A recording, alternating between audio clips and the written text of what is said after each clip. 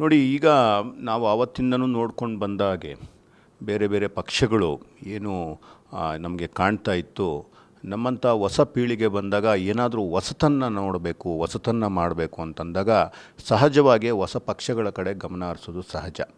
ಹೊಸ ಪಕ್ಷಗಳು ತುಂಬ ಬಂದವು, ಹೋದವು.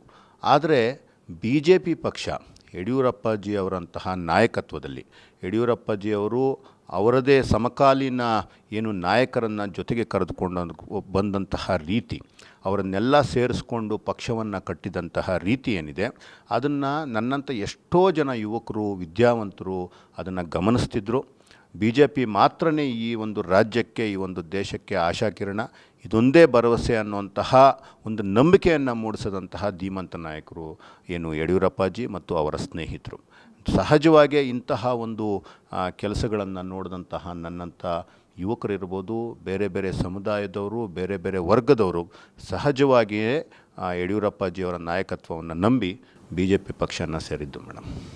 ಸರ್, ಅದೇ ರೀತಿಯಾಗಿ ಯಡಿಯೂರಪ್ಪನವರು CM ಆಗಿದ್ದಾಗ ಯಾವ ರೀತಿಯಾಗಿದ್ದರು ಅನ್ನುವಂಥದ್ದು, ಯಾಕಂದರೆ ನಿಮ್ಮ ಜಿಲ್ಲೆಗೆ CM ಆಗಿದ್ದಂತಹ ಸಂದರ್ಭದಲ್ಲಿ ಕೊಟ್ಟಂತಹ ಕೊಡುಗೆಗಳೇನು?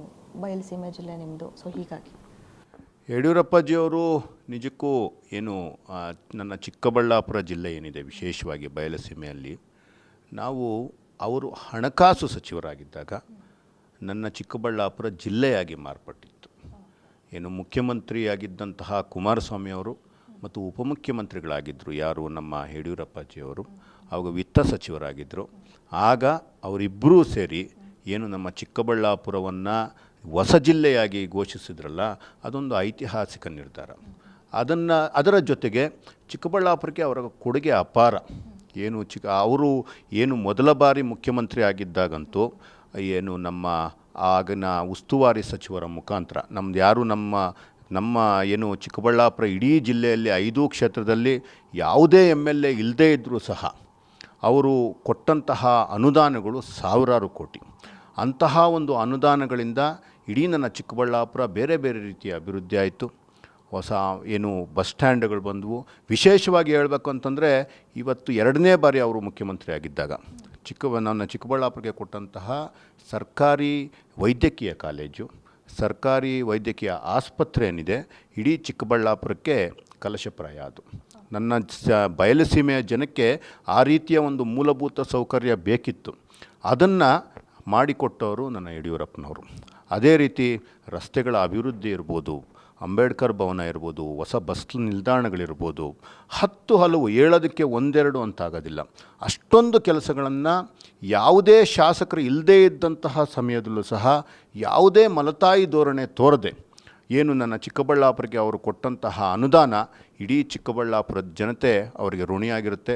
ನಂದಿಗಿರಿಧಾಮವನ್ನು ಅವರು ಒಂದು ಅದ್ಭುತವಾದಂತಹ ಒಂದು ಪ್ರವಾಸಿ ತಾಣಕ್ಕೆ ಮಾಡೋದಕ್ಕೋಸ್ಕರ ಅವರು ಕೊಟ್ಟಂತಹ ಮೂಲ ಸೌಕರ್ಯಗಳು, ಈ ರೀತಿ ಹಲವು ಯೋಜನೆಗಳನ್ನು ಚಿಕ್ಕಬಳ್ಳಾಪುರಕ್ಕೆ ಅವರು ಕೊಟ್ಟರು. ಅವರ ಮತ್ತು ಇವತ್ತು ಜಿಲ್ಲಾಡಳಿತ ಭವನ ಏನಿದೆ ಅದನ್ನು ಕೊಟ್ಟಂಥವರು, ಎಸ್ ಪಿ ಭವನ ಏನಿದೆ, SP ಕಚೇರಿ ಏನಿದೆ ಅದನ್ನು ಕೊಟ್ಟಂಥವರು, ಮತ್ತು ಅದಕ್ಕೆ ಜಾಗವನ್ನು ತೆಗೆದುಕೊಳ್ಳೋಕ್ಕೆ ಅನುದಾನವನ್ನು ಕೊಟ್ಟಂಥವರು, ಈ ರೀತಿ ಹಲವು ಕೆಲಸಗಳನ್ನು ಯಡಿಯೂರಪ್ಪಾಜಿ ನಮ್ಮ ಚಿಕ್ಕಬಳ್ಳಾಪುರ ಜಿಲ್ಲೆಗೆ, ಚಿಕ್ಕಬಳ್ಳಾಪುರ ಕ್ಷೇತ್ರಕ್ಕೆ ಮಾಡಿಕೊಟ್ರು. ಇಡೀ ಚಿಕ್ಕಬಳ್ಳಾಪುರದ ಜನತೆ ಅವರಿಗೆ ಋಣಿಯಾಗಿರುತ್ತೆ ಅಂತ ಈ ಮುಖಾಂತರ ಹೇಳಕ್ಕೆ ಇಷ್ಟಪಡ್ತೀನಿ.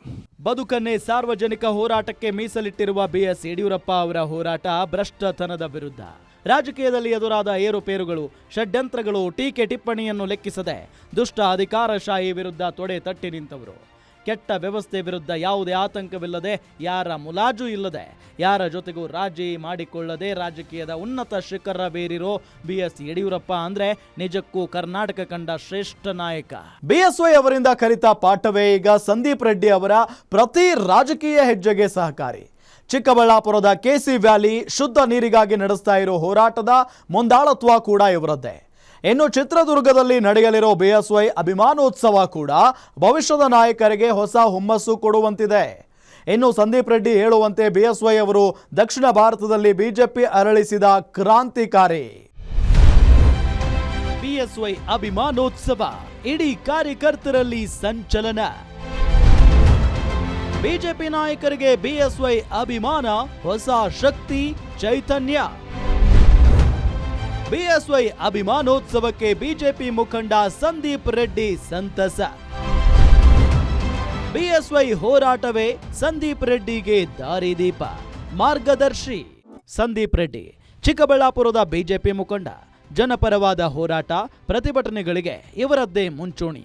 ರಾಜಕೀಯವಾಗಿ ಬೆಳೆಯೋಕೆ ಕೆಲವರು ಅಡ್ಡಿ ಮಾಡ್ತಿದ್ದರೂ ಕೂಡ ಅದೆಲ್ಲವನ್ನು ಎದುರಿಸಿ ಜನರಿಗೋಸ್ಕರ ಸದಾ ಟೊಂಕಗಟ್ಟಿ ನಿಂತ ಯುವ ನಾಯಕ. ಮಾಜಿ ಮುಖ್ಯಮಂತ್ರಿ, ಕೇಸರಿ ಕಲಿ, ಕೇಸರಿ ಕ್ರಾಂತಿಕಾರಿ ಬಿಎಸ್ ಯಡಿಯೂರಪ್ಪನವರ ಗರಡಿಯಲ್ಲಿ ಪಳಗಿರೋ ಅನುಭವ. ಯಡಿಯೂರಪ್ಪನವರ ಪ್ರತಿ ಹೆಜ್ಜೆಯನ್ನು ಗಮನಿಸುತ್ತಾ ರಾಜಕೀಯ ಕಲಿತ ಯುವ ಮುಖಂಡ ಸಂದೀಪ್ ರೆಡ್ಡಿಗೆ ಬದುಕು ಹೋರಾಟಕ್ಕೆ ಮೀಸಲು. ಚಿತ್ರದುರ್ಗದಲ್ಲಿ ಇದೇ ತಿಂಗಳು 9ರಂದು ನಡೀತಾ ಇರೋ ಬಿಎಸ್ವೈ ಅಭಿಮಾನೋತ್ಸವ ಕಂಡು ಎಲ್ಲಿಲ್ಲದ ಖುಷಿ. ತನ್ನ ಮೆಚ್ಚಿನ ನಾಯಕನ ಉತ್ಸವ ಹಮ್ಮಿಕೊಂಡಿರುವ ಪಕ್ಷದ ಎಲ್ಲ ನಾಯಕರಿಗೆ ಧನ್ಯವಾದ ಹೇಳೋ ಸಂದೀಪ್ ರೆಡ್ಡಿ ಚಿಕ್ಕಬಳ್ಳಾಪುರಕ್ಕೆ ಯಡಿಯೂರಪ್ಪ ಕೊಟ್ಟ ಕೊಡುಗೆಯನ್ನು ಈಗಲೂ ಸ್ಮರಿಸುತ್ತಾರೆ. ಜೊತೆಗೆ ಯಡಿಯೂರಪ್ಪ ರೀತಿಯಲ್ಲೇ ಚಿಕ್ಕಬಳ್ಳಾಪುರ ಜನರಿಗೋಸ್ಕರ ಮುಂದಾಳತ್ವ ವಹಿಸುತ್ತಿದ್ದಾರೆ.